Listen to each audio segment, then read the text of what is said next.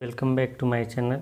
आज हम लोग सीखने वाले हैं इमेट्रोपिया और एमेट्रोपिया क्या होता है, इन दोनों में क्या डिफरेंस होता है।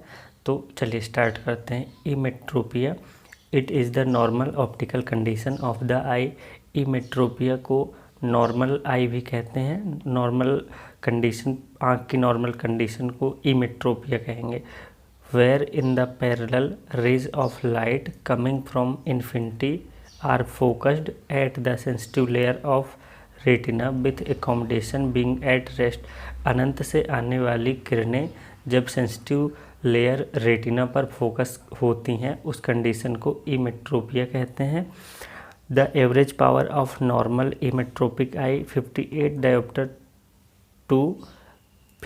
Dioptre to 60 dioptre. ये नॉर्मल आई का डायोप्ट्रिक पावर होता है 58 to 60 डायोप्टर।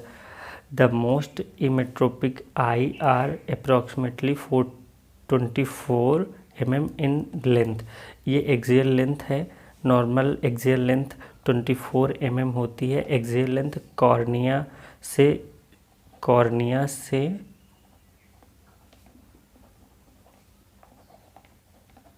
रेटिना तक की डिस्टेंस को एक्सियल लेंथ बोलते हैं। नॉर्मल एक्सियल लेंथ 24 mm होती है। इमेट्रोपिया नॉर्मल कंडीशन है। आँख की नॉर्मल कंडीशन को इमेट्रोपिया कहते हैं या इमेट्रोपिक आई कहते हैं।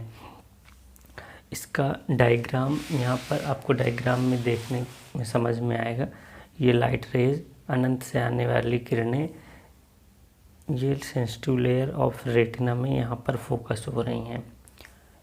ये नॉर्मल कंडीशन है और नॉर्मल कंडीशन को ही इमेट्रोपिक आई कहते हैं। इमेट्रोपिक मतलब नॉर्मल आई। इसके बाद आता है एमेट्रोपिया। एमेट्रोपिया क्या होता है? A condition of refractive error, मतलब कोई उसको रिफ्रैक्टिव एरर कोई ना कोई प्रेजेंट है पेशेंट की आँख में। When the parallel rays of light coming from infinity are focused either in front or behind the sensitive layer of retina in one or both the meridian, the emetropia induced myopia, hypermetropia, astigmatism। इसका ये मतलब हुआ कि अनंत से आने वाली light rays sensitive layer retina पर focus ना होकर रेटिना के पहले या रेटिना के बाद में फोकस होती हैं।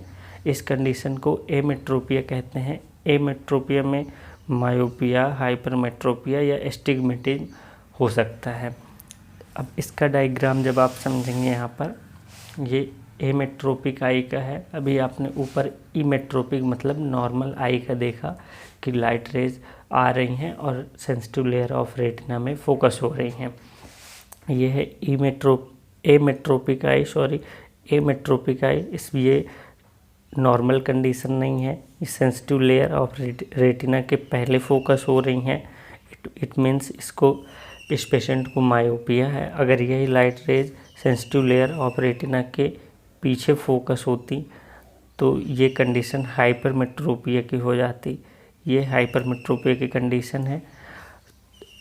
कोई भी रिफ्रैक्टिव एरर अगर प्रेजेंट है तो वो एमेट्रोपिक आई कहलाएगा, वो मायोपिया हो या हाइपरमेट्रोपिया हो या एस्टिग्मेटिज्म हो।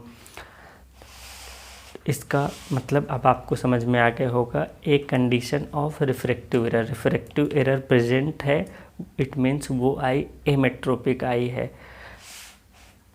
आई होप आपको अच्छे से समझ में आया होगा इमेट्रोपिया और एमेट्रोपिया में क्या डिफरेंस होता है। इमेट्रोपिया मीन्स नॉर्मल आई और इमेट्रोपिया का मतलब नॉर्मल आई, और एमेट्रोपिया का मतलब होता है ए रिफ्रैक्टिव एरर प्रेजेंट, मतलब कोई भी रिफ्रैक्टिव एरर उसको प्रेजेंट है।